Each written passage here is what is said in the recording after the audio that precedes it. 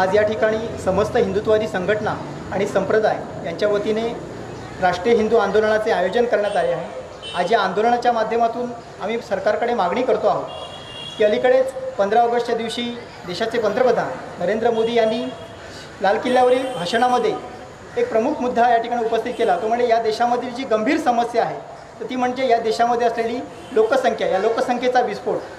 त्या अनुसरून आज या ठिकाणी आम्ही सरकारकडे मागणी करतो आहोत की या समस्येचा निराकरण करण्यासाठी संपूर्ण देशभरामध्ये समान नागरी कायदा लागू करण्यात यावा। आज देशामध्ये बघतो की जी सार्वजनिक ठिकाणं आहेत, जसे की हॉस्पिटल आहे, रेल्वे स्टेशन आहे, ज्या ठिकाणी आपण जातो त्या ठिकाणी प्रचंड गर्दी आहे आणि या गर्दीच्या ठिकाणी आज सर्वसामान्य लोकांना मूलभूत गरजा देखील घेताना त्या ठिकाणी संघर्ष करावा लागतो। अशा सगळ्या परिस्थितीमध्ये आज एका बाजूला हम दो हमारे दो अशा प्रकारच्या देखील घोषणा केल्या जातात, परंतु या घोषणा केवळ हिंदूंसाठीच आहेत का असा देखील अनेकांना प्रश्न पडतो। त्याचबरोबर 40,000 पेक्षा अधिक रोहिंग्या मुसलमान ते देखील आज अवैधपणे राहत आहेत आणि